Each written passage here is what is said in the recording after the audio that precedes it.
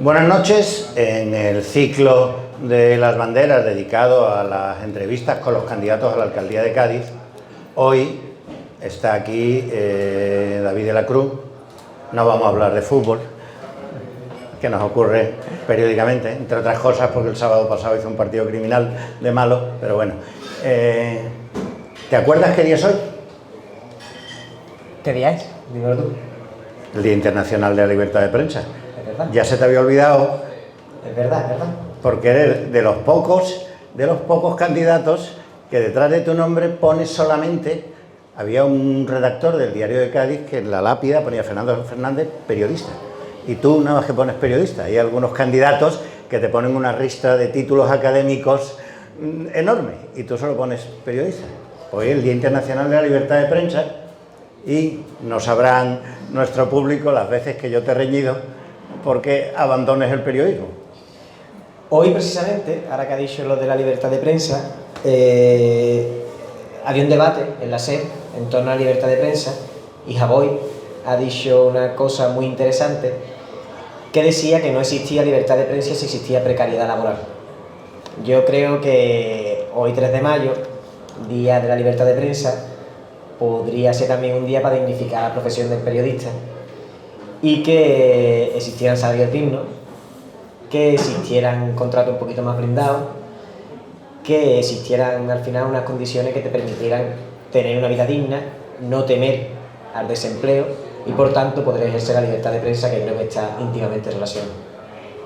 ¿Y no echas de menos el periodismo?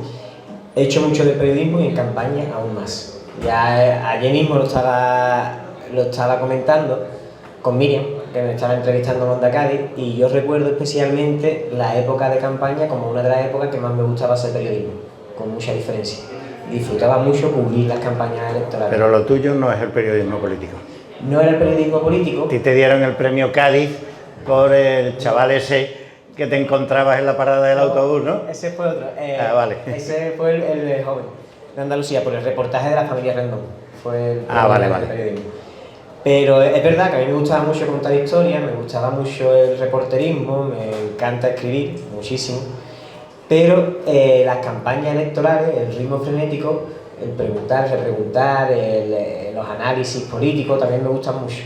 Era otra parte del periodismo que me encantaba, las disfrutaba muchísimo las campañas electorales. Fíjate que a mí me pasa muchas veces cuando veo en ruedas de prensa y veo un montón de chavales con sus libretas apuntando y digo, todos esos chavales que han estudiado no sé cuántos años en la universidad, que han hecho másteres, que se han ido al extranjero a aprender idiomas, y ahí están las criaturas a lo mejor ganando 600 euros, 700 euros, que no tienen una perspectiva de futuro y, como tú dices, afecta claramente porque son susceptibles de ser presionados. Efectivamente, ¿quién fue el que dijo la cita? Tú que eres muy de cita. No me fío de ningún periodista que no se haya independizado de sus padres. Y eso no me acuerdo. Ella era intrínsecamente porque estaba relacionado con la precariedad laboral que existe en el periodismo y cómo cuando no tiene salarios dignos, cuando no tiene condiciones dignas, es muy difícil ejercer el periodismo con libertad. Y pasando del periodismo a otra faceta, a ti te gusta escribir y se nota. Y por más, lo hemos hablado muchas veces, ¿no?, que te desbordas escribiendo en tus redes sociales, especialmente en Facebook. Pero bueno, aparte de eso, quería hablar de tu novela. Y como un lector decepcionado, porque creo que la abandonaste a prisa y corriendo, cuando hay personajes que tenían un desarrollo que lo podías haber dado mucho más, que el tema daba para mucho más, que es un tema universal, aunque se desarrolla en Cádiz y salgan tus padres. En realidad, me parece que fue Tolstoy el que dijo que el que cuenta su pueblo cuenta la humanidad, ¿no? Y ahí, sobre todo el personaje de Aranda, que es ese malo que al final no es del todo malo, esos personajes contradictorios que son los más divertidos en la literatura, y yo creo como lector que eso que tú escribiste lo terminaste a prisa y corriendo por las causas que sean, porque eso lo dejas en un cajón, lo retomas y se hace una novela, un novelón. También, bueno, estoy de acuerdo, ¿eh? Es verdad que me hubiese gustado desarrollar más la novela, pero más que las prisas por acabar era el contexto en el que escribía. Es verdad que cuando tienes muy poco tiempo para escribir una novela, al final te limitas, como todo en la vida, ¿no? La literatura pasa exactamente igual. Cuando tú tienes que estar a lo mejor arañando el tiempo para poder escribir, para poder sentarte, para poder ir avanzando en esa novela, y sabes que al final, pues bueno, está en un espacio vital que tienes que concluir esa novela por lo que viene después, porque ya comenzaba el tiempo de la política, sabía perfectamente que iba a tener un menos tiempo, pues eso te condiciona. Y es verdad que lo escribí, me hubiese gustado. De hecho, el próximo libro que escriba, la prisión de novela que haga, me gustaría desarrollarla con más tiempo, sobre todo para disfrutar el proceso, pero en cualquier caso... Pues te voy a explicar un tema. Se aproximaba bastante a lo que quería escribir. Yo creo que tiene una novela e incluso una obra de teatro o una película los 3 días que permanecen encerrados en el antiguo gobierno civil, hoy Diputación, los que se quedaron fieles a la República, el capitán Yáñez, el gobernador Zapico, el presidente de la Diputación Cosi, con un grupo de fieles. Y llega, cuando desembarca el tabor de regulares de Melilla, dispara a Varela un cañonazo desde la Plaza Argüelles, se acerca el teniente coronel Baturone, que os sonará ese apellido, a decirle, todo aquel que no tenga delitos de sangre y tal, puede abandonar, y abandona mucha gente. Esos 3 días allí dentro, de esa gente conviviendo, sabiendo que la ciudad se ha rendido y que toda la Capitanía General de Andalucía está en manos de los golpistas, a mí me parece un tema espectacular, David, para perfilar personajes, es una excusa para poder contar otra cosa, ¿no? Hay varios episodios de resistencia, muy bonitos en la ciudad de Cádiz, algunos en el barrio de Santa María, otros, es verdad, en la Gobernación Civil, que tienen una novela, porque al final es verdad que Cádiz cayó muy pronto, pero hubo células de resistencia que duraron meses. Por ejemplo, en el barrio de Santa María se llegaron pegando tiros y disparos desde la azotea durante mucho tiempo. Los pacos. En el barrio de San José también hubo un periodo de resistencia. Incluso a mí me tiene muy enganchado, me tiene muy atrapado también Miraflores, ¿no? La prisión de Miraflores es una de el barco. Sí, otra de las cosas que también me tiene siempre muy... Ahí metieron al bisabuelo de Moncho y a su tío. Sí. Y esas historias... Y uno no apareció jamás. Esas historias, esa es quizás lo que más me atrapa al final a la hora de contar una historia en ese contexto en la ciudad. Pero bueno, antes de que nos riñan, vamos a meternos en faena de campaña. Que tú venías aquí no a hablar de tu libro, sino a hablar de tu candidatura. Una de las cosas que me gustaría que me contestaras, tu candidatura es una candidatura continuista, es decir, tú eres la continuidad de la tarea del gobierno o representas algo nuevo, algo diferente, o es porque veo que haces campaña siempre acompañado con concejales, exconcejales, etcétera. Muchas veces presentas proyectos que parecen continuidad de algunas iniciativas que ha tenido el equipo de gobierno, entonces nunca he llegado a comprender si tú, que eres nuevo, eres el candidato del equipo de gobierno o eres algo diferente. Yo continúo un proyecto colectivo, yo eso nunca lo he negado, un proyecto que tiene que profundizar mucho más, que en 8 años no es suficiente para hacer una transformación de la ciudad y de transformarla de la manera en la que queremos. Es verdad que partíamos de una base muy complicada los primeros 4 años, es verdad que la situación económica ha cambiado, es verdad también que se han hecho muchas cosas en este tiempo, pero también es verdad que quedan muchas pendientes y quedan muchas cosas. El gobierno de la ciudad, la construcción de la ciudad, el modelo de ciudad no se hace en 8 años. Entonces, ese proyecto colectivo en el que queremos seguir profundizando, yo lo continúo con mis compañeros y mis compañeras. De hecho, los 10 primeros puestos... Voy a utilizar el lenguaje inclusivo. Pues cada vez que lo hagas algo, sonará esto. Vale, pues en eso, de hecho, entre los 10 compañeros y compañeras primero que hay en las listas electorales, La mayoría son concejales que ya asisten en el equipo de gobierno por lo mismo, ¿no? Porque yo creo que son los mejores para seguir profundizando en ese proyecto que comenzó hace 8 años. Pero yo no te he escuchado ni un atisbo de autocrítica. ¿Todo se ha hecho bien? No, que va. Yo no te he escuchado ninguna autocrítica. El pliego de limpieza, que ha tardado 6 años, creo que se debería de haber hecho mucho antes. Es un ejemplo, por ejemplo. Ahí he sido autocrítico. Después hay otras cuestiones urbanísticas que es verdad que nos han costado arrancar, como por ejemplo el Portillo, que por fin es una realidad. Había otras urgencias y el Portillo ahora es cuando podemos comenzarlo a hacer. Y es verdad que haya sido autocrítico, no hemos hecho todo lo que queríamos, o muchos derechos que ahora tenemos que poner en marcha. No me gustaría haberlo hecho antes, evidentemente, pero es verdad que también había cuestiones muy positivas, ¿no? Al final también hay una realidad que es que las dos críticas principales que se hacen de este equipo de gobierno es que Cádiz está sucia en mantenimiento urbano. Hay un nuevo pliego de limpieza, se aumenta la inversión en mantenimiento urbano y hay que trabajar en el modelo de ciudad, ¿no? Yo creo que hay que profundizar un poquito más en la crítica. Tú sabes que de la encuesta esta, ¿cómo se llama? El CIS andaluz. Sí. La única... Centra, ¿no? Centra.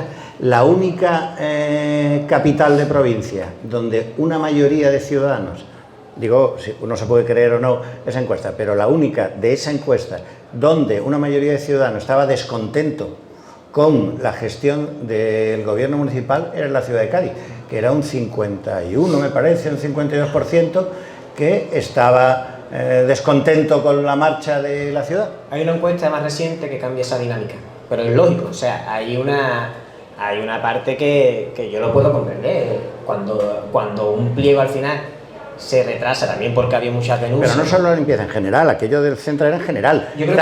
¿Está usted contento o descontento? Y ahí una mayoría estaban descontentos. Yo creo que hay dos cuestiones de base, dos cuestiones principales. En aquellas ciudades donde ha habido un gobierno a la izquierda del PSOE, Madrid con Carmena, Barcelona con Colau, y aquí en Valencia. Cádiz con Vichy, y en Valencia los principales ataques fueron la limpieza, si tú te acuerdas. Y Madrid está sucia ahora mismo con Almeida, pero hubo una campaña de suciedad relacionada con los gobiernos que estaban a la izquierda del PSOE. Eso es así, ha sido propagandístico puro y duro. Esa es una realidad. Otra realidad. ¿Pero tú no ves sucia la ciudad?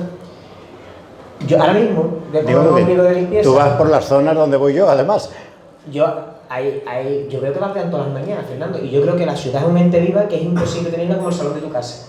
Que yo creo que esa es otra parte que también tú tienes que tener conciencia. La limpieza se efectúa por la mañana a primera hora, pero después la ciudad es un ente vivo.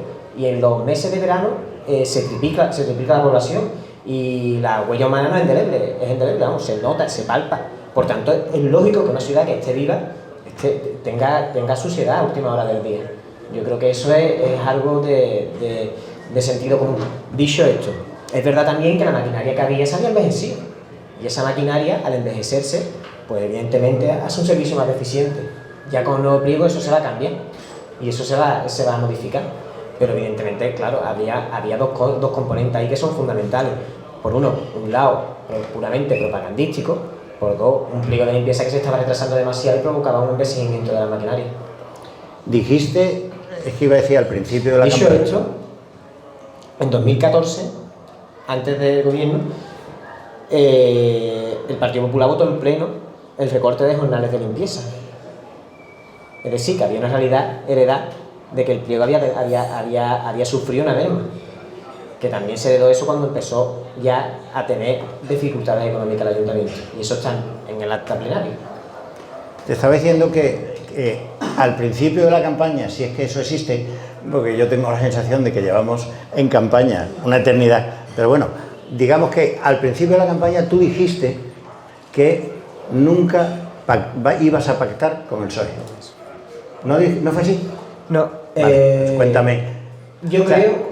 A lo que dijeras, cuéntame qué es lo que va a ocurrir. El Bueno, el posicionamiento es personal y el de tu partido. En mi organización, sí.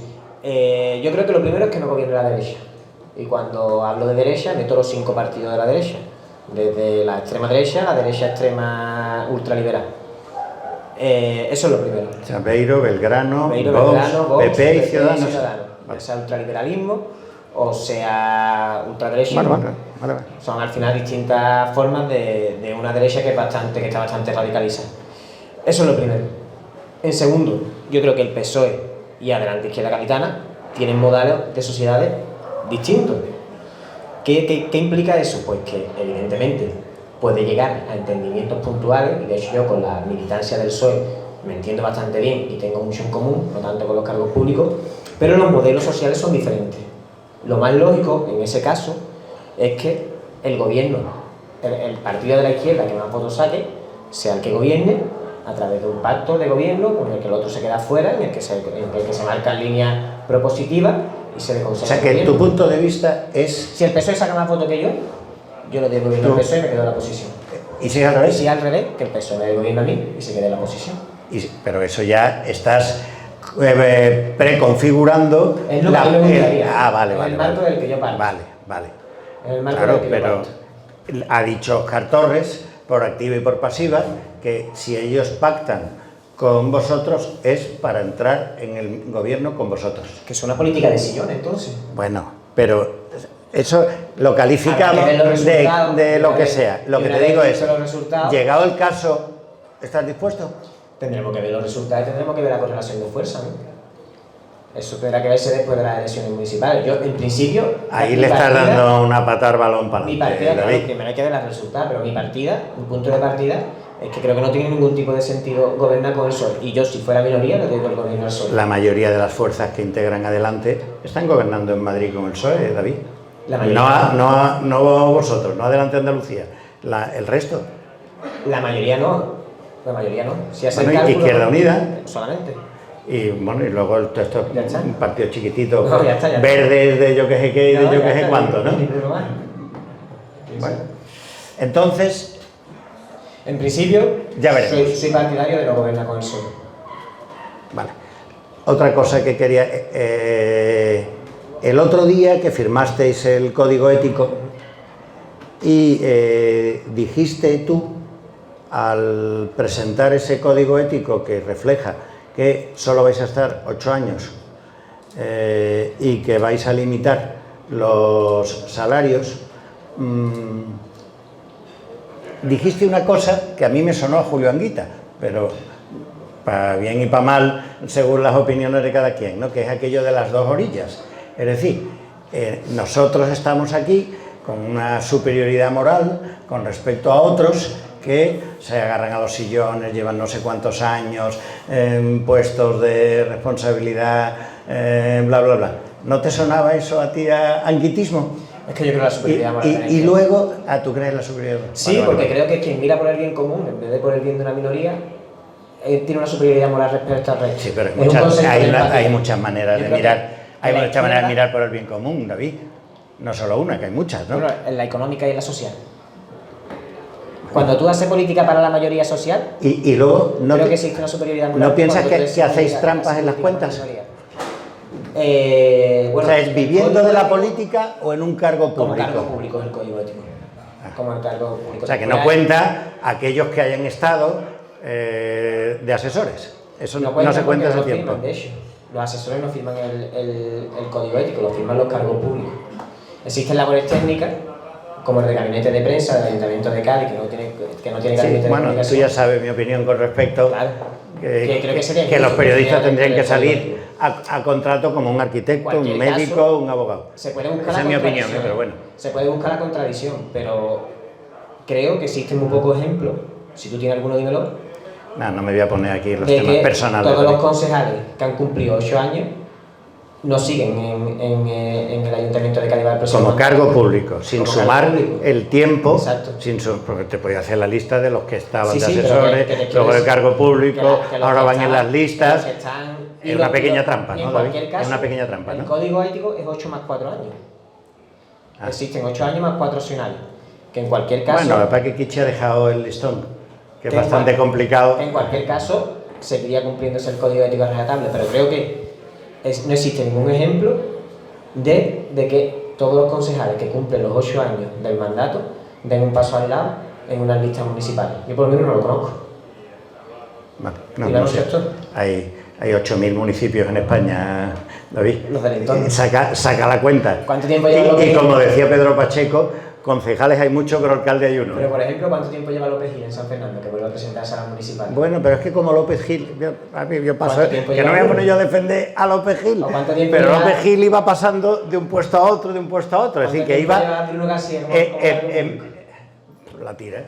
Por eso. Pero ¿quieres que te diga yo? ¿Y cuánto llevaba Martín Vila entre asesor y concejal? Concejal 12. Firmó el Código Ético del Primer Año en 2015. Vale. Vamos, que yo te digo que ahí hay un terreno en cualquier caso, gris. En cualquier caso, no voy a estar más de 8 años como cargo público y voy a seguir cobrando. Tú no vas a estar más de 8 años conmigo. Y voy a estar cobrando exactamente lo mismo que cobrar en el gabinete de prensa. Mi compromiso está ahí. Bueno, vamos a cambiar de tema. Eso que vosotros llamáis la turistificación. No mires los apuntes. Vaya letra fea que tiene. Eso que vosotros llamáis la turistificación. Primero, o sea, esa regulación que hicisteis de apartamentos turísticos, ¿ha servido para algo? Sí. Porque te he visto hoy discutiendo en Twitter. Es que hay una trampa. Sí, te voy a explicar. Yo tengo una apuesta con Martín Vila, que no me ha pagado, que vencía el 31 de diciembre, que me tenía que pagar una tapa de ensaladilla, porque él decía que iban a bajar los alquileres. Y no han bajado. Yo no creo que vayan a bajar los alquileres, o sea, yo creo que son dos conceptos diferentes. Yo creo que las ordenanzas para frenar los apartamentos turísticos sirven para frenar los apartamentos turísticos. En fin. O sea, es como si... Y se ha frenado.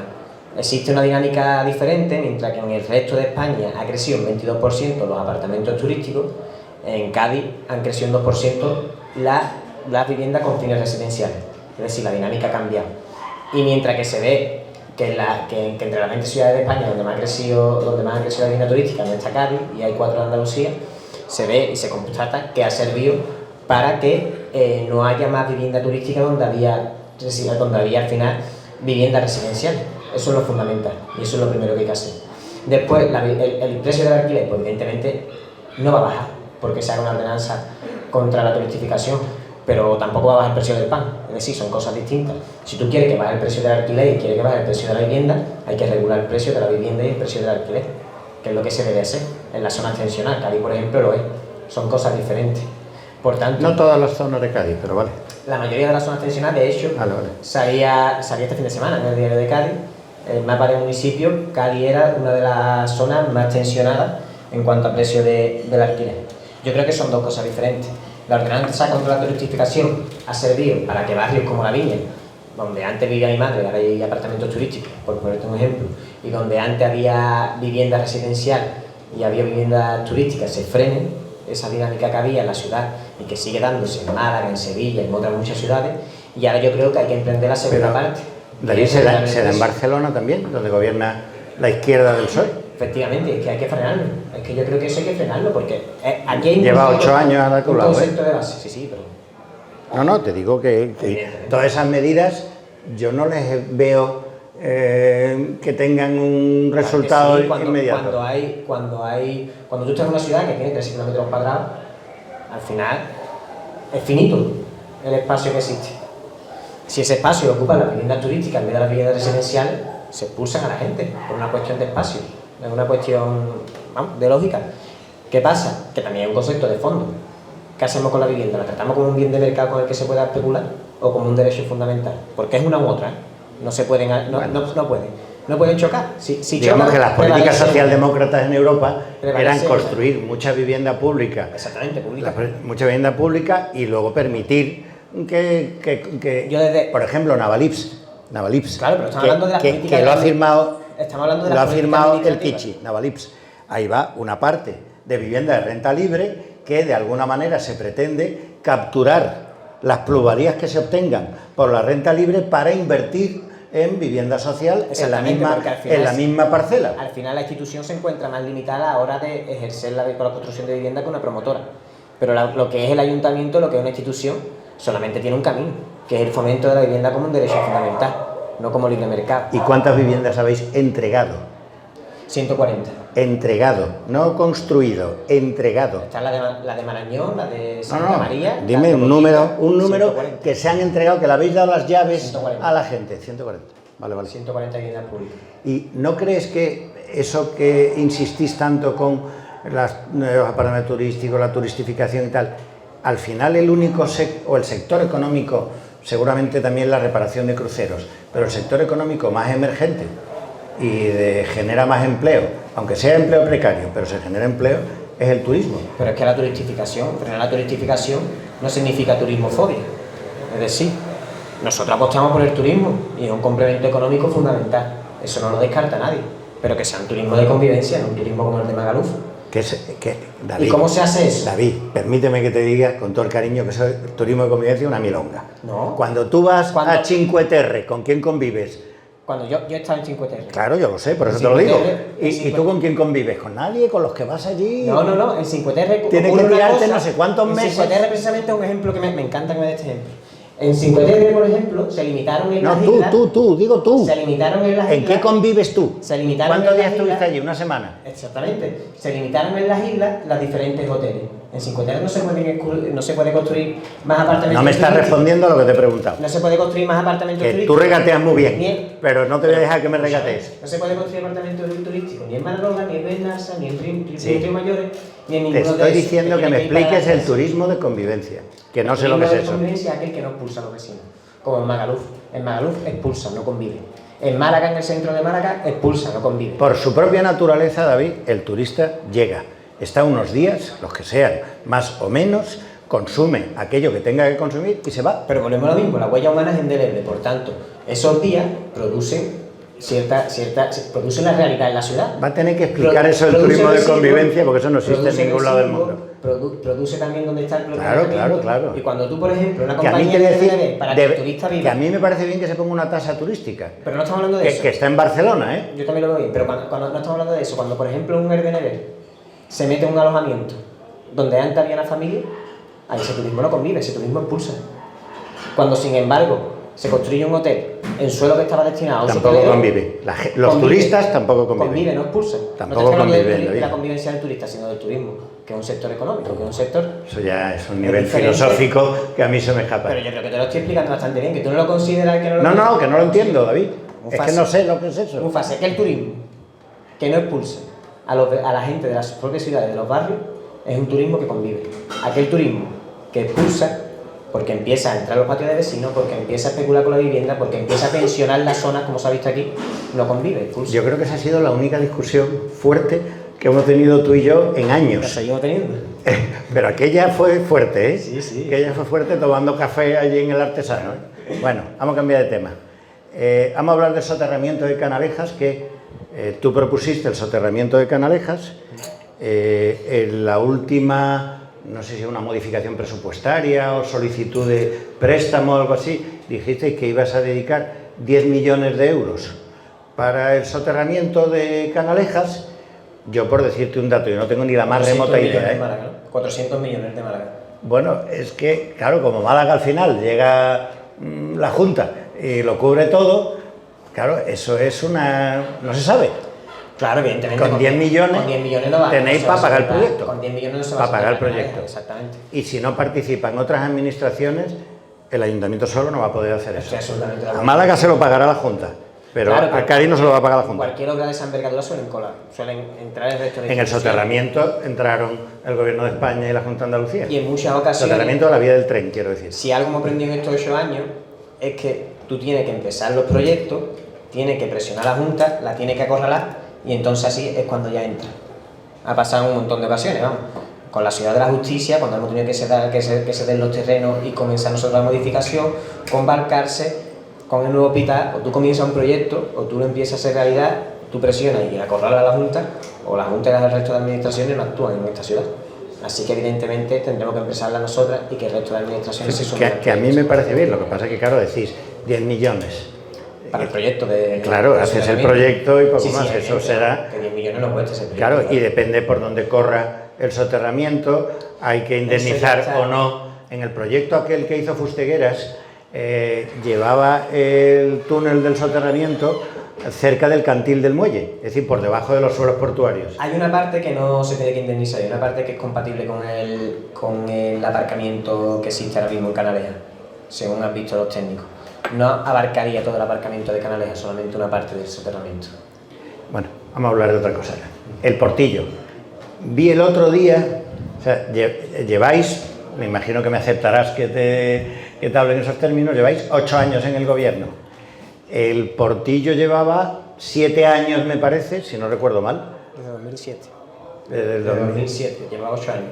8 años. Es decir, que el boquete, digamos que tiene, y la valla esa de aluminio, tiene 16 años, la mitad de los cuales es responsabilidad del actual equipo de gobierno. Digo yo, ¿no? No, estoy de acuerdo que no es lo mismo. Habéis estado 8 años gobernando, Ya, ¿no? pero no lo tiramos nosotros. No lo tiramos nosotros. Sí, pero Tiene el mismo grado de tampoco lo habéis responsabilidad. construido, ¿no? No tiene la misma responsabilidad el que tira el boquete y el que hace el boquete que Ya, el que ya, tiene que yo cubrir. no sé por qué se tiró. Yo Doy tampoco, por ese hecho, es el problema. doy por hecho que es que eso estaba en ruinas. No lo Doy estaba. por hecho, yo jugaba allí, pero que doy por hecho eso. Pero en todo caso, vosotros habéis estado 8 años y en 8 años no habéis hecho nada, cero. O sea, la única actividad en 8 años relacionada con el Portillo fue el otro día, Elena, Cherra y tú, delante de las vallas de allí en Ciudad de Santander. Tienes razón. Pero ahora vayamos analizándolo un poquito más. En primer lugar, yo creo que no tiene el mismo grado de responsabilidad quien hace un boquete donde había una instalación deportiva quien que le intenta reparar. Yo creo que no es el mismo grado de responsabilidad. Eso es lo primero, y más cuando hay un pelotazo urbanístico. En segundo lugar, también hay que contar cómo heredamos el ayuntamiento en ese momento. Cuando se hereda con 275 millones, tú no puedes hacer un Portillo. O sea, te lo para la intervención directamente. En tercer lugar, hay que ver también los últimos 4 años que se ha hecho de deporte. Se ha abierto el Blanca, se ha arreglado el Cano, se ha arreglado el Gadí, se ha arreglado el Complejo, se ha arreglado el Digoyen, Sí, se ha arreglado el histórico. ¿Qué pasa? Que había medidas urgentes. Está por ahí el concejal de deporte, pero voy a decir una cosa. Seguramente sea el mejor concejal de deporte de la democracia. Yo también estoy de acuerdo. Pero lo habéis castigado en la lista. No, la lista, yo creo que no es un castigo, yo creo que va a salir de hecho de concejal. Vale. Se ha hecho, yo creo que en esos primeros 4 años, en esos 4 años, se han tenido que hacer actuaciones urgentes, porque en Ciudad de Cádiz no se había invertido ni un solo euro. 4 de esos años con un concejal vuestro, Adrián Martínez de Pinillo, ¿eh? Y con una deuda mucho más grande. No te olvides de eso Ahora nunca, cambia ¿eh? 2 cosas en el Portillo. Lo primero, se ha vendido la tribuna del estadio, que tiene una partida presupuestaria que está afectada directamente al Portillo. Es decir, hay dinero, es tangible, son un hecho. También ocurre otras cosas, que ya se ha hecho el proyecto, que ya va a estar aprobado, que ya se van a meter las máquinas. Existe el proyecto, está aprobado y existe también la partida presupuestaria. 8 años después. 8 años después, con 275 millones de deuda y una pandemia que te paralizó la institución 2 años, pero 8 años después. Bueno, sigamos para bingo. He visto como una especie de competición entre el Partido Socialista y vosotros relativa al transporte urbano. A ver quién hacía la mejor oferta, parecía una subasta. Yo lo reduzco, yo lo hago gratis por tramos de edad. Es la sensación, visto desde fuera, de aquello que presenta Óscar y lo que tú has presentado. Es diferente, pero en ambos consiste en rebajar tarifas, si es por tramos de edad o por condiciones o es en general. Yo creo que no tiene nada que ver. El Partido Socialista ha anunciado que va a ser el transporte público gratuito. Eso es imposible. Pero en tramos de edad, Eso para es jóvenes y para pensionistas. Eso es sencillamente insostenible. O sea, eso no se puede, vamos, se ha estudiado y es imposible, es inviable desde el punto de vista económico. No lo va a realizar. El anuncio, digamos, que hago un anuncio y me juego también una tapa de ensaladilla. Si sale el PSOE no podría poner el transporte público gratuito por una cuestión de intervención que lo paralizaría. Pues está la media No es viable. distancia gratuita. No es David. viable económicamente. La media distancia de Renfe está gratuita. Sí, pero no es el mismo presupuesto, es de bueno. un gobierno que es de un ayuntamiento. Ya.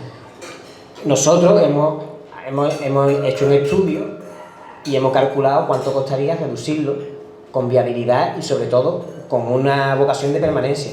Lo que queremos es que los 30 céntimos que cuesta el autobús urbano, ahora mismo cuestan 35 céntimos a través del bonobús, sean para siempre, se puedan mantener en el tiempo, que no sea una medida que al final te dure un año y te la quiten porque es insostenible desde el punto de vista económico. Y con la rebaja de 30 céntimos se podría desarrollar teniendo en cuenta también y haciéndolo como prioridad política, porque el coste para las arcas municipales sería en torno al 1 millón de euros. Una cantidad que sí se puede sostener, que se puede desarrollar y se puede mantener en el tiempo. Por tanto, yo no creo que sea una subasta. Yo creo que una cosa es una medida electoralista que no va a llegar a ninguna parte y lo otro una propuesta seria que se puede realizar porque tiene una... Luego tendréis que negociar, llegado el caso. Sí, pero bueno, que hay una cuestión que meramente administrativa y burocrática, cuando la intervención y la Secretaría Municipal te diga esto no es viable económicamente, no se desarrolla y ya está, la nuestra ley. Y en 8 años, a pesar de los anuncios reiterados, no se ha sacado un pliego de condiciones para el transporte que, sorprendentemente, lo gestiona una empresa privada que tiene el estrambótico nombre de Tranvías de Cádiz a San Fernando y Carraca, S.A. O sea que date tú cuenta de cuándo data esa empresa. Y se ha anunciado, se va a sacar un pliego, se va a sacar un pliego, se va a sacar un pliego, y os vais a ir, los que están ahora por lo menos, y no va a haber salido ese pliego. Se ha hecho una estructura de coste, pero es verdad que hay pliegos que son muy costosos desde el punto de vista económico y más de un ayuntamiento, como el de Cádiz. Es decir, yo sé que, por ejemplo, en otras realidades, el Ayuntamiento de Madrid y el Ayuntamiento de Barcelona, que tiene superávit, pues ahí sí puede permitirse sacar un pliego de autobús en 4 años. Pero el Ayuntamiento de Cádiz, si no se ha sacado ninguno precisamente en todo el tiempo esta de la democracia, nunca se ha sacado un pliego de transporte público en Cádiz, es por la dificultad económica que tiene. Ahora mismo está aprobada ya la estructura de coste, que es el paso más complicado, por el coste que supone y por lo que supone económicamente, y a partir de ahí se puede avanzar. Pero es verdad también que la movilidad no se reduce solamente al autobús. Y me reconocerá el de movilidad, digamos, el carril bici, peatonalización. Era un proyecto que venía de Teófila, ¿eh? El carril, bueno, yo lo que me encontré fueron 2 baldosas pintadas en la Avenida Nueva. Bueno. Cuando entramos en el gobierno, igual que tú hablas de los 8 años... Era la Consejería de Transporte, que en manos de Izquierda Unida es quien promueve eso. En 8 años había 0 kilómetros, o sea, cuando llegamos nosotros había 0 kilómetros. Sí, digo que el proyecto venía de la época de Teófila.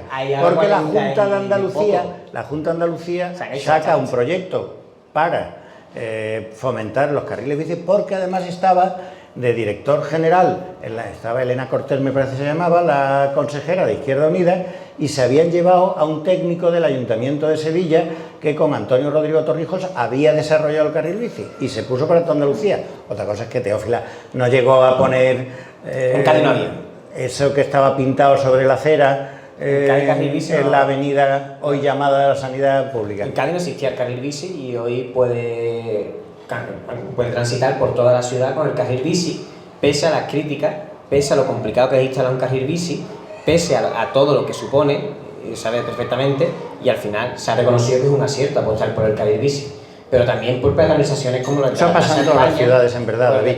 En todas las ciudades, pasó en Sevilla, O sea, en Sevilla hubo una resistencia muy grande y al final la gente se acostumbró al carril bici y a manejar la bicicleta, ¿no? Pues... Claro, por eso, pero que se ha hecho en 8 años esa transformación. Es decir, que en movilidad yo creo que se ha avanzado mucho, a un modelo mucho más sostenible. Sí, pero luego os leo que anunciáis hiperaparcamientos, no como Belgrano en lo que quiere hacer ahí en Tolosa la Tour, en la Punta de San Felipe. O sea, el plan de la Punta de San Felipe incluye, no son 2.000 plazas de aparcamiento, una cosa así, que al final, ¿qué supone? Supone promover el uso del vehículo privado, porque es invitar a la gente a que llegue al centro en su vehículo privado. Hoy, por ejemplo, estaba escuchando, hoy precisamente, un podcast sobre Pontevedra, y hablaba el alcalde del BNG y explicaba precisamente que lo que hizo para peatonalizar Pontevedra entera fue llevar aparcamiento a la periferia, porque al final se sigue existiendo la realidad del coche privado y el transporte público metropolitano es inexistente. Eso te voy a recomendar un libro, que igual no te lo presto porque te los quedas. El informe Buchanan del tráfico en las ciudades, que encargaron los laboristas en la época de Harold Wilson, que incluía esa idea de poner aparcamientos. Se llaman Park and Ride, ¿no? Si tú aparcas en la periferia y a partir de ahí vas en transporte público. Exacto, efectivamente. No te voy a dejar el libro, te lo compras. Pero que efectivamente es eso, o sea, yo creo que al final cuando el transporte público metropolitano es deficiente y cuando todavía hay una dinámica en la que el uso del coche, sobre todo cuando se va a trabajar, es importante, tú lo que tienes que buscar es medidas que reduzcan el tráfico rodado en el centro de la ciudad y donde se hace más vida.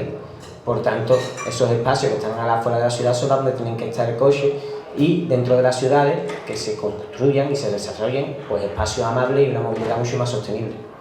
Explícame eso del bosque urbano. Eso es un parque de toda la vida, ¿no? No, con más árboles. Un parque de toda la vida con más árboles. No, tú sabes que no. Tú sabes que lo mío es el juego directo. Tú lo sabes perfectamente, porque tú también has leído sobre ese tipo de urbanismo. El bosque urbano es naturalizar los espacios. ¿Cómo serían esos espacios? Pero si la voy a llamar? David, esa zona de la ciudad está previsto desde hace Pero 20 o está- 30 años, se llamaba Jardín El Descanso. Efectivamente, donde había mucho más cemento y donde no estaban la neutralización del espacio. El ejemplo más claro que tú puedes entender perfectamente es el de Múnich. Múnich, por ejemplo, o el de Vitoria. En Vitoria, la naturalización de los espacios se hizo acorde al clima, acorde a la realidad de las ciudades y no con palmeras, como se ha hecho aquí. O no como España se hizo con toda España, no sé. O no como el parque. Debía tener alguien, O no como el parque alguien del Genovés, gobierno, claro. algún O el parque Genovés, que es del siglo XIX. invernadero y colocaba palmeras en todos lados. O el parque Genovés, que es del siglo XIX, es un concepto antiguo. Entonces, ¿qué pasa? Que esas especies, esos árboles, esos parques, necesitan mucho más mantenimiento, mucho más agua para sobrevivir. El bosque urbano lo que hace es, primero, el predominio del medio ambiente, de los árboles y de lo verde por encima del cemento. Segundo, naturalizar los espacios.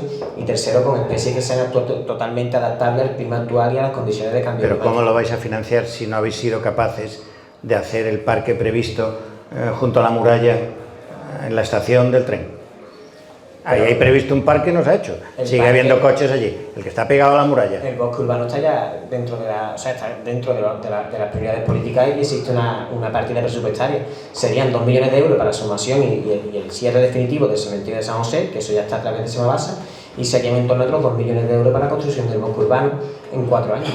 Son partidas económicas y situaciones económicas que son asumibles. Pero en fíjate los tú, contextos te del estaba ayuntamiento. diciendo que estaba previsto un parque pegado a la muralla en la zona de Plaza de Sevilla, al lado de la estación, que está entre el baluarte de Santiago y la estación.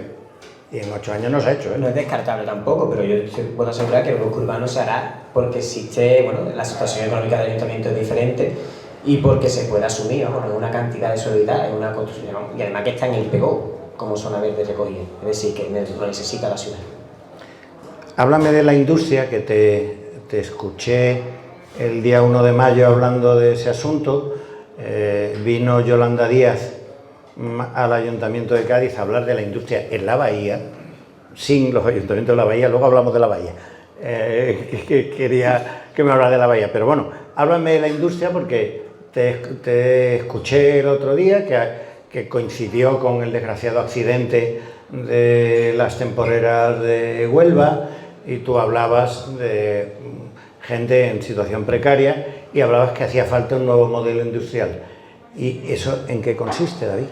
¿Y en qué medida desde un ayuntamiento se puede promover eso? Porque te diré que ni siquiera el Gobierno de España seguramente tenga competencias para hacer una nueva política industrial. La semana pasada estuve reunido con los comités de empresa de Navantia y comentaban que ya se habían puesto las bases para cambiar la producción que se iban a hacer dentro de los propios astilleros, porque al final los barcos de combustible de gasoil tienen una fecha límite, tienen una fecha final y es necesaria una reconversión industrial en la que los astilleros pues se empiecen a realizar y se empiecen a desarrollar placas solares, se empiecen a desarrollar molinos, se empiecen a desarrollar otro tipo de construcciones que se adapten a la nueva industrialización y a la nueva realidad que se va a dar en cuanto a la producción de energía.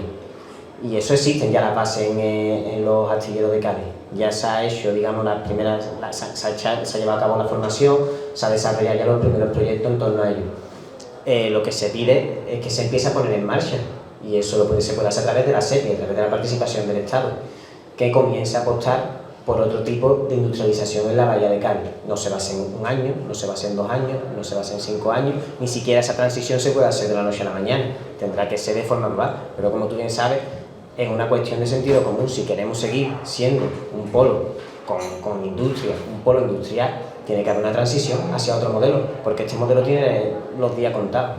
Pues fíjate tú que yo siempre pensé que la Carenas Cádiz, la factoría de Navantia de la ciudad de Cádiz, no tenía futuro ninguno, lo pensaba hace 20 o 30 años, y el tiempo ha demostrado que sí lo tenía.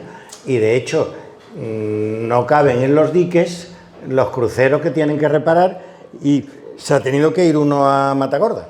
Pero existe también otra. Digo que es la única industria, en el sentido clásico, lo que le llamaban los ingleses blue collar, ¿no? Existe, es decir, la industria del obrero, del mono, el remache y la fresadora, la única que hay en Cádiz hoy es Carenas Cádiz. Existen tres realidades en los astilleros de la bahía, de Puerto Real, San Fernando y Cádiz, y son similares. Es verdad que en el astillero de Cádiz no faltan cruceros para reparar, pero el problema es que eso no se traduce en más horas. Actualmente la plantilla es más trabajo estable y más trabajo fijo. Claro, que ha cambiado el modelo. Ahora hay plantillas fijas muy pequeñas y plantilla auxiliar con condiciones lo que llamaban contratas antiguamente, con condiciones que son al final estacionalizadas y son condiciones al final mucho más precarizadas. De hecho, en el astillero de Cádiz, en la plantilla solamente hay 135 personas. Estamos hablando de que el astillero de Cádiz históricamente había hasta 5.000 personas. Sí, pero te digo más. Como tú bien sabes, el propio comité de empresa, que les pagaban 2 perras gordas. El propio comité de empresa y el propio astillero de Cádiz ha comunicado a Madrid que puede asumir más plantillas fijas. Y sin embargo, se sigue haciendo a través de auxiliares, que son entre 900 y 1.000 trabajadores, que son condiciones peores. Lo importante, lo bueno sería que esa carga de trabajo que existe, esa reparación de crucero que existe, se tradujera también en más contrataciones fijas y en menos de la empresa auxiliar, porque la empresa auxiliar no son las mismas condiciones.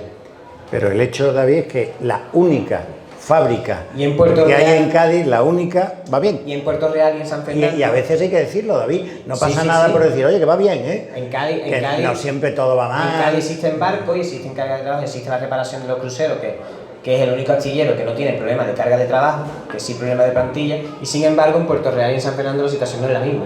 San Fernando está vacío, bueno, porque han terminado las corbetas de Arabia Saudí y están pendientes de nuevo. Toda la auxiliar se ha quedado en la calle y no cogieron los gaseros, que era una apuesta que se debía de haber hecho y no se hizo, y en Puerto Real ocurre lo mismo. Por tanto, al final estamos en la misma dinámica, que es depender de la carga de trabajo temporal cuando hay fecha de elecciones, y creo que se debe de empezar a producir un cambio en la industria. Vamos a hablar de la bahía, David, porque para mí es muy sorprendente que ningún candidato hable de la bahía, David. O sea, bueno, por supuesto, descarto Aveiro y Belgrano, que es el ultranacionalismo gaditano, y van a levantar con sacos terreros un muro en la entrada de Cádiz, pero quitando eso, digamos, el resto de gente con una inteligencia normal, es decir, que con 100 de inteligencia, el resto de gente no habláis de la bahía, David. Entonces, el transporte es un problema metropolitano, la vivienda es un transporte metropolitano, el empleo es un problema metropolitano. Luego hay empresas que son comunes. El cementerio. No, te estoy reprochando que no has hablado de la bahía. Yo sí he hablado en varias entrevistas. Pues venga, explícamelo, acláramelo. Lo que no he hecho en una rueda de prensa. Evidentemente hay que pensar en términos bahía, yo creo que eso es fundamental. De hecho, este debate lo hemos tenido en muchas ocasiones. Pero no como pensando en la bahía en un plan hasta 2050. Las fundamentales áreas metropolitanas se han desarrollado en torno a dos ejes fundamentales. Uno, el transporte público, y otro, el empleo. Son los dos ejes fundamentales para que un área metropolitana funcione. Yo creo que el transporte público es muy deficiente y que ahora se hable. Bueno, han mejorado cosas, David. O sea, sí, pero existe, por ejemplo. Lo último el tranvía, ¿no? El segundo puente, un sobrecoste para que pasara el tranvía, que costó 1 millonada y no se ha hecho. No se puede ir en bicicleta desde aquí al campo de Puerto Real, me parece una barbaridad. Y te ponen, por ejemplo, el puente nuevo que tiene mucha pendiente. El de Los Ángeles tiene más, es más largo y puede pasear la bicicleta. Yo creo que he hablado de eso con José Pacheco, son los mismos pero vientos. no hay manera. No tiene ningún tipo de sentido. Y el de Los Ángeles tiene medio siglo más que el de la Pepa. Es decir, te quiero decir que es que no es antiguo.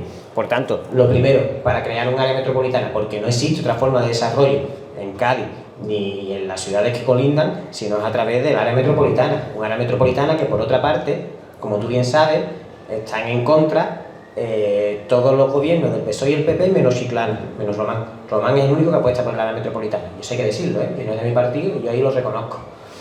En San Fernando, en Rota, en el puerto, no apuestan por el área metropolitana. Y en Puerto Real tampoco, solamente en Chiclana. Por tanto, dos ejes fundamentales. Una, en torno al transporte público. Hay que reforzar el transporte público. Tanto autobús, tanto tranvía, tanto bicicleta como tren. Eso tiene que ser primero. Y el catamarán. Eso tiene que ser fundamental para desarrollar la área metropolitana, porque si no hay conexión, no existe área metropolitana. Eso es fundamental. Segundo, tiene que ser en torno al empleo. Cuando hablamos de empleo, tú siempre me escucharás hablar de empleo en torno a la bahía, nunca limitando la área municipal. recibís a Yolanda Díaz y habla el alcalde de Cádiz de la bahía de Cádiz, y ahí tenían que haber estado sentados las alcaldesas de Puerto Real y San Fernando junto con los sindicatos, porque al final las empresas grandes están en el puerto de Santa María de Airbus, en Puerto Real y en San Fernando. Entonces y no estaban. habrá que preguntarse para qué vino Yolanda Díaz. Si vino a dar soluciones. A mí no me lo pregunte. Si vino a dar soluciones o si vino con perspectiva política de un proyecto centralista. Yo estoy de acuerdo contigo.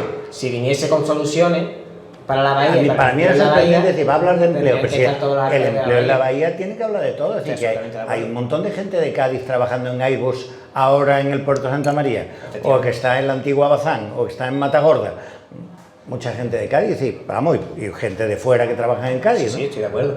Efectivamente. Y segundo, la primera visita... Y fíjate, perdona, el caso curioso de que la alcaldesa de San Fernando, Patricia Cavada, anuncia que se va a utilizar, se va a hacer un reciclado terciario en la EDAR, que es de una sociedad mancomunada donde el Ayuntamiento de Cádiz tiene el 55%, y es ella la que anuncia que se va a hacer la depuración terciaria y se va a usar el agua para riego y baldeo. Cuando ha sido ella la que la tiene paralizada durante... No, que me llama la atención porque digo... 4 años, ¿esto cómo es? Eso, desde Agua de Cádiz, fueron una de las prioridades políticas cuando llegamos aquí, ya que me está hablando de los 8 años, podemos hablar también de los 8 años de Aguas de Cádiz, y... a mí es de las más brillantes gestiones del actual equipo de gobierno. Sí, incluso de la mancomunidad. Y de hecho ya estaba preparada por parte de Agua de Cádiz nada más que por eso, a la salud de Jesús Olide. La revitalización del terciario del agua, y está paralizada precisamente por el Ayuntamiento de San Fernando. Y cuando nos enteramos de que ya se podía desarrollar fue a través de la prensa. Es sorprendente.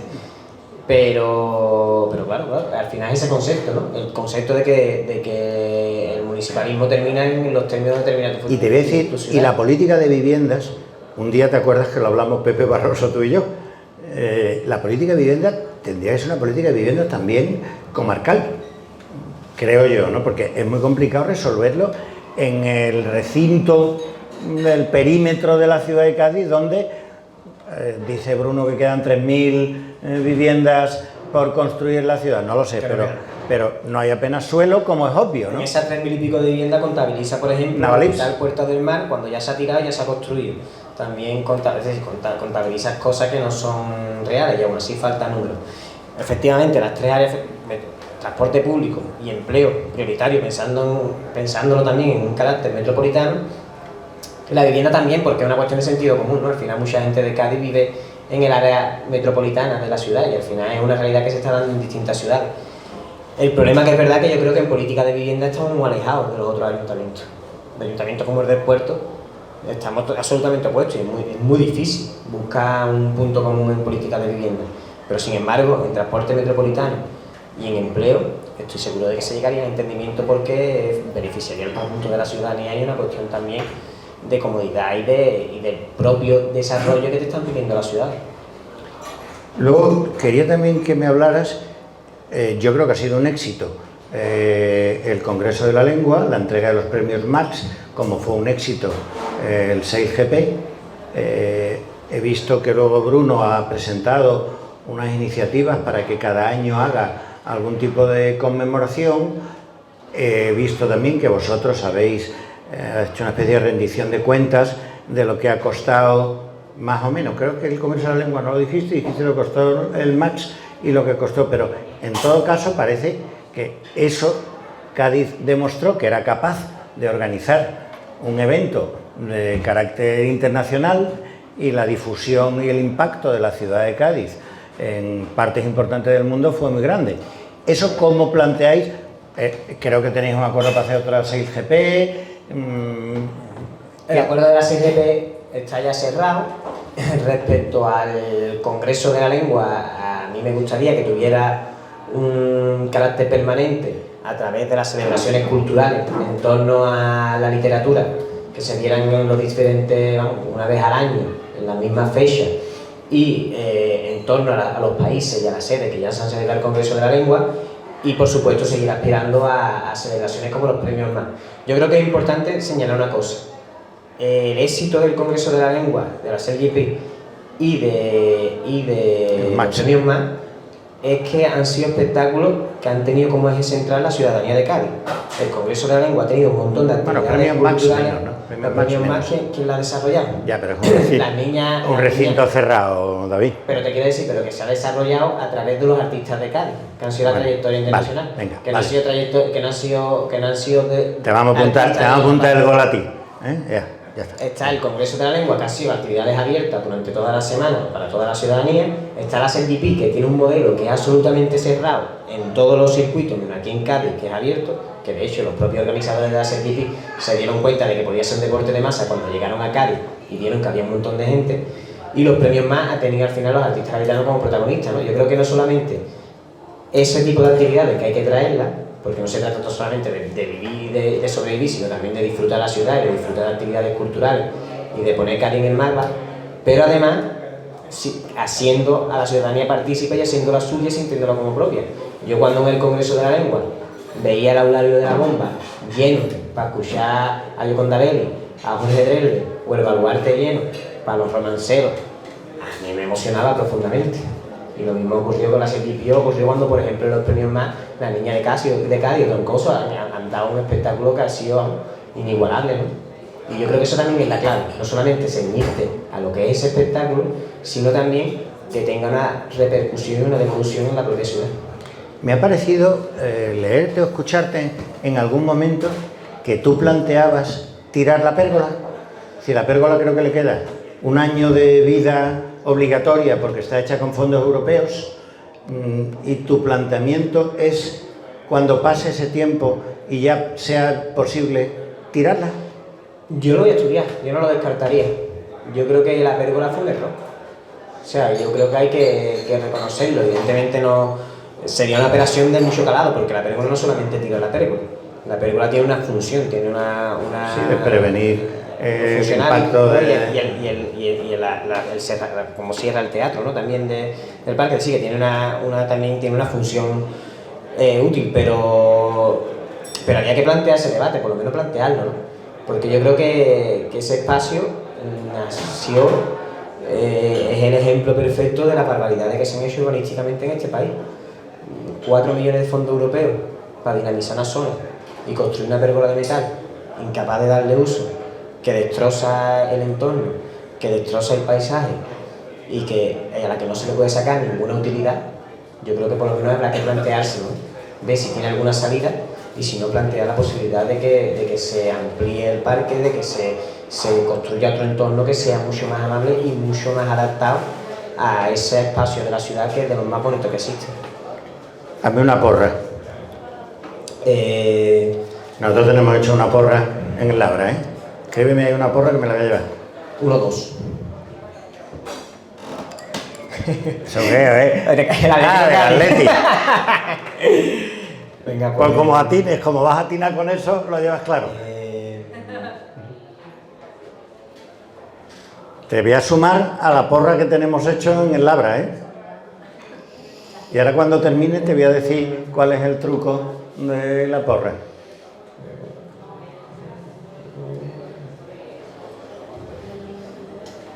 Bueno, no la vamos a hacer pública, la voy a guardar ahí, para que la escribas con más libertad. ¿Sí? Venga, sí. espérate. Venga, la escribas con libertad. Sí, venga, la dejo.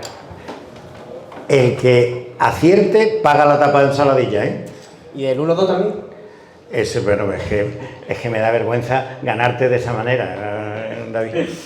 Bueno, pues ya la hora que nos indicó nuestro anfitrión, Fernando Pérez Cabrales, está cumpliendo, así que... ¿Está sábado? No, todavía no sabemos si jugamos el sábado o jugamos el domingo, pero bueno, nos veremos en esos campos de fútbol. Estupendo. Y mucha suerte. Muchas gracias.